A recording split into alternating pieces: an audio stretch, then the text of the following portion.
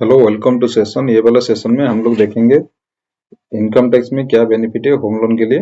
इसमें हम लोग देखेंगे प्रिंसिपल के ऊपर आपको कितना टैक्स बेनिफिट मिलता है और इंटरेस्ट के ऊपर कितना टैक्स बेनिफिट मिलता है। जैसे कि आपको पता होगा एवरी लोन में दो तरह का कंपोनेंट होता है। जैसे हम लोग ईएमआई पे करेंगे उसमें दो तरह का कंपोनेंट इंक्लूडिंग होता है, एक है प्रिंसिपल का कंपोनेंट एंड इंटरेस्ट का। वो दोनों का क्या क्या हमको टैक्स बेनिफिट मिलेगा इसको हम लोग देखेंगे।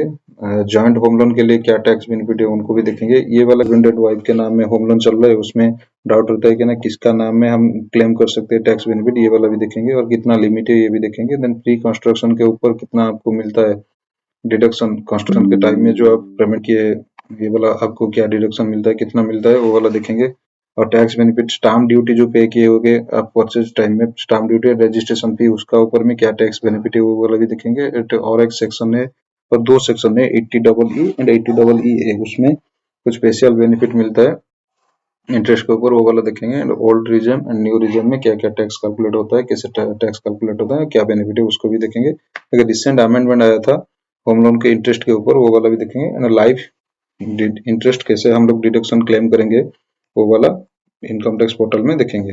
ये वाला हम लोग का इनकम टैक्स पोर्टल है, इसमें लॉगिन करके देखेंगे कि कैसे हम लोग इंटरेस्ट का क्लेम कर सकते हैं। और बाकी जो सेक्शन, बाकी जो ये 80C सेक्शन, ये 80EE, इसमें आप हम लोग का डिडक्शन से चैप्टर में आता है, इसलिए वो वाला दूसरा वीडियो में देखेंगे।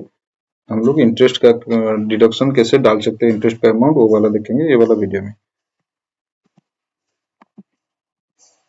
First, interest deduction on home loan interest. Home loan interest में आपको 2 लाख तक डिडक्शन मिलता है। सेल्फ ऑक्यूपाइड केस में दो तरह का होता है, एक सेल्फ ऑक्यूपाइड होता है, एक लेट आउट होता है। लेट आउट मतलब कोई रेंट में लगा है आपका प्रॉपर्टी, वो वाला केस में क्या है ना, आपको इंटरेस्ट के ऊपर कोई लिमिट नहीं है, आप जितना भी पे करेंगे इंटरेस्ट उसको पूरा आप इनकम से माइनस कर सकते हैं और डिडक्शन क्लेम कर सकते हैं। ये वाला सेक्शन, ये वाला 24 इनकम टैक्स सेक्शन 24B में कवर होता है। एग्जाम्पल देखिए, इसमें कंडीशन क्या है ना, इसमें कंडीशन है आपका लोन जो आप लिए थे बैंक से वो परचेज के लिए, नहीं तो कंस्ट्रक्शन के लिए लिए थे। कंस्ट्रक्शन के लिए लेंगे तो आप कंस्ट्रक्शन पीरियड आपका 5 ईयर होगा।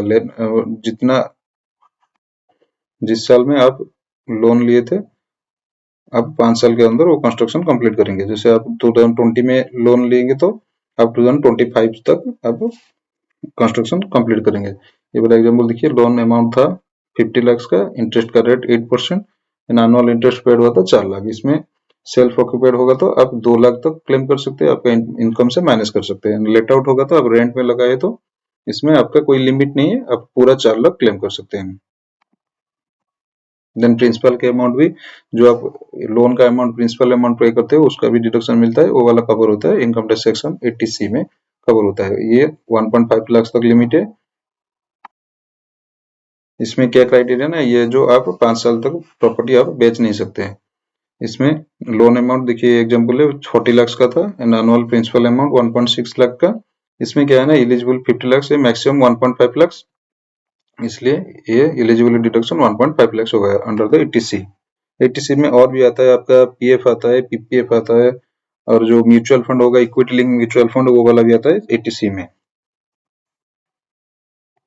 Joint home loan. Joint home loan, if the loan taken jointly, each borrower can claim deduction under the section 24B and 80C.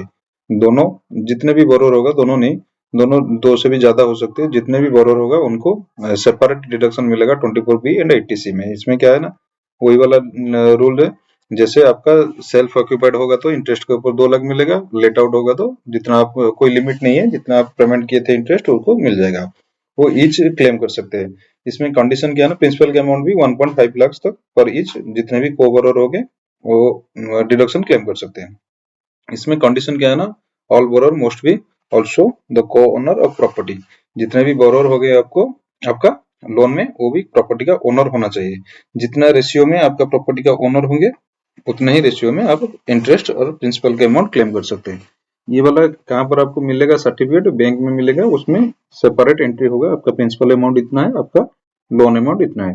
ये वाला देखिए एग्जांपल, ये 60 लाख का लोन था, दो बोरोवर थे, जॉइंट ओनर भी दोनों है, एनुअल इंटरेस्ट पेड 4.8 लाख। इसमें डिडक्शन ईच बोरोवर को 2 लाख मिल जाएगा 24B में, सेल्फ ऑक्यूपाइड केस में एंड लेट आउट केस में ये पूरा जितना भी जो पेमेंट किए होंगे उनको मिल जाएगा। Then deduction each borrowed ETC principal amount 1.5 lakh का। इसमें सेल्फ ऑक्यूपाइड के लिए 2 लाख और लेट आउट होगा तो जितना भी जो पर्सन पेमेंट किए होंगे उनको पूरा डिडक्शन मिल जाएगा। ये वाला इंटरेस्ट सर्टिफिकेट जो बैंक से आपको मिलेगा उसमें मेंशन होगा कितना प्रिंसिपल का अमाउंट और कितना इंटरेस्ट का अमाउंट। देन कंस्ट्रक्शन के टाइम में आप जो ये वाला आप इंटरेस्ट पे किए होंगे उनको आप आफ्टर कंप्लीट द प्रॉपर्टी आप 5 इक्वल इंस्टॉलमेंट में क्लेम कर सकते हैं। वो भी 24B में कवर होता है। उसका लिमिट 2 लाख है। ये वाला केस में देखिए total pre construction interest is 6 lakh, deduction हम क्लेम कर सकते हैं 6 lakh divided by 5 1.2 lakh per year आप डिडक्शन क्लेम कर सकते हैं। इंटरेस्ट का डिडक्शन 24B में कवर होगा, आप क्लेम कर सकते हैं। Tax benefit on stamp duty and registration fee. आप जो प्रॉपर्टी खरीदने के टाइम में परचेज करने के टाइम में आप जो स्टाम्प ड्यूटी रजिस्ट्रेशन फी पे किए होंगे उनका आप डिडक्शन क्लेम कर सकते हैं ETC में। ये मैक्सिमम लिमिट है 1.5 लाख का आप क्लेम कर सकते हैं। ETC में कवर होगा।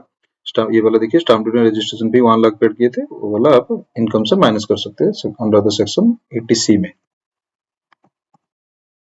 देन ये वाला section 80EE for first time home buyers. ये वाला एक एडिशनल 50,000 का इंटरेस्ट के ऊपर आपको डिडक्शन मिलेगा। इसमें क्राइटेरिया क्या है ना, आपका लोन जो सैंक्शन हुआ था वो फाइनेंशियल ईयर 2016 एंड 17 में होना चाहिए।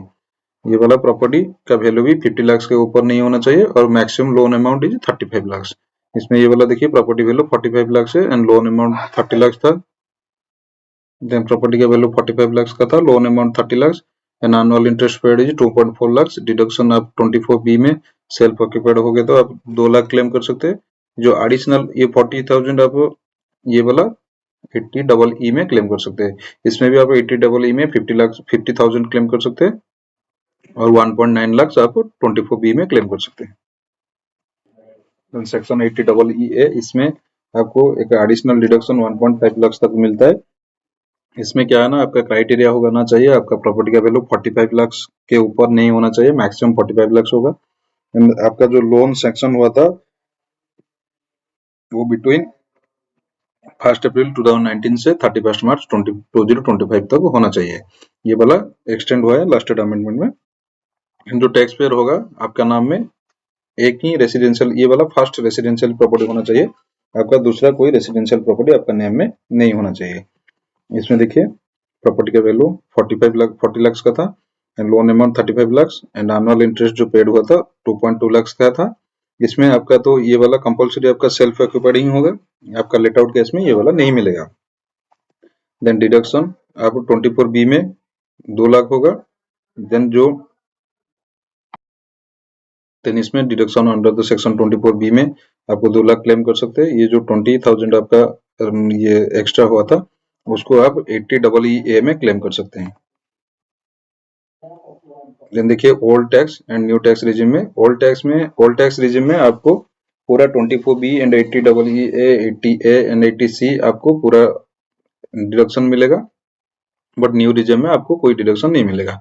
ओल्ड रिजिम में हायर टैक्स स्लैब होता है इसलिए डिडक्शन मिलता है, न्यू रिजिम में लोअर टैक्स स्लैब होता है, लोअर टैक्स रेट होता है न्यू रिजिम में। ओल्ड टैक्स रिजिम के लिए एक एग्जांपल है, आपका ओल्ड टैक्स रिजिम में ग्रॉस इनकम आपका 10 लाख था, इसलिए होम लोन आप जो इंटरेस्ट पे किए होंगे 24B में उसको आप 2 लाख माइनस कर सकते हैं।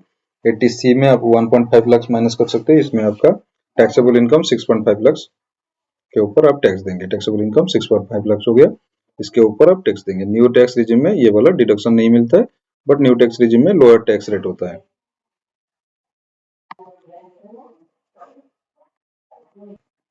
देन रिसेंट अमेंडमेंट, ये वाला अमेंडमेंट जो प्रॉपर्टी सेल करने के टाइम में हुआ है, इसमें क्या है ना, फाइनेंस बिल 2023 में इंट्रोड्यूस किया गया था।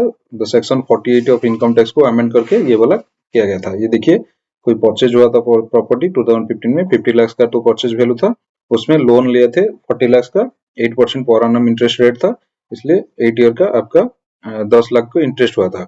ये 2023 में वो वाला प्रॉपर्टी सेल हो गया 90 लाख का। इसमें प्रॉपर्टी सेल्स होगा तो वो प्रॉपर्टी कैपिटल गेन हेड में आएगा, इसलिए आपका सेल्स प्राइस 90 लाख का एंड कॉस्ट ऑफ एक्विजिशन आपका 60 लाख था।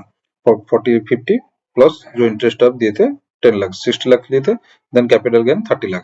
इसमें क्या अमेंडमेंट किया गया, ये जो 10 लाख आप यहाँ पर ऐड किए थे कॉस्ट ऑफ एक्विजिशन में, वो वाला आप क्लेम नहीं कर सकते हैं। क्यों ना, आपका 10 लाख ऑलरेडी 24B में आप क्लेम करते हैं। ये वाला अमेंडमेंट का हो गया।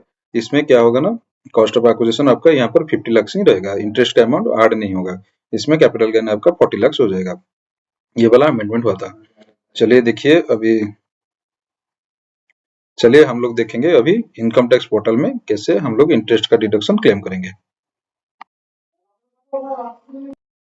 पहले आप लॉगिन करेंगे। लॉगिन करने के बाद आप आईटीआर, जो भी आपका एप्लीकेबल आईटीआर होगा, आईटीआर फॉर्म, उसको सिलेक्ट करने के बाद मैं हमारा केस में आईटीआर 1 सिलेक्ट किए। एप्लीकेबल आईटीआर 1 हुआ था, इसलिए हम लोग आईटीआर 1 सिलेक्ट किए। आपका केस में जो भी आईटीआर एप्लीकेबल होगा वो आप सिलेक्ट करेंगे। उसके बाद जो इनकम हेड में, हेड ऑफ इनकम में आएंगे, ये वाला इनकम फ्रॉम हाउस प्रॉपर्टी में क्लिक करने के बाद इसमें टाइप ऑफ हाउस प्रॉपर्टी में सिलेक्ट करेंगे। आपका लेट आउट होगा तो लेट आउट सिलेक्ट करेंगे, सेल्फ ऑक्यूपाइड होगा तो सेल्फ ऑक्यूपाइड सिलेक्ट करेंगे। हम लोग का केस में लेट आउट है, इसलिए लेट आउट सिलेक्ट किए। देन ग्रॉस रेंट रिसीव हम लोग का 12 लाख था। इसमें देखिए 12 लाख के ऊपर ये जो 30% आपको एनुअल मेंटेनेंस के लिए इनकम टैक्स से रिलीफ मिलता है। इसमें ये वाला जो भी वाला में हम लोग इंटरेस्ट डालेंगे। लेट आउट होगा हम लोग का केस में 3,60,000 का इंटरेस्ट था, इसलिए कोई लिमिट नहीं है, इसलिए हम लोग फुल क्लेम करेंगे। ये वाला देखिए, इंटरेस्ट डालने के पहले हम लोग का income chargeable under the head of house property में 8,40,000 का था। हम लोग अभी इंटरेस्ट डालेंगे तो वो कम हो जाएगा। ये वाला देखिए, इंटरेस्ट डालने के बाद ये वाला 4.8 लाख हो गया।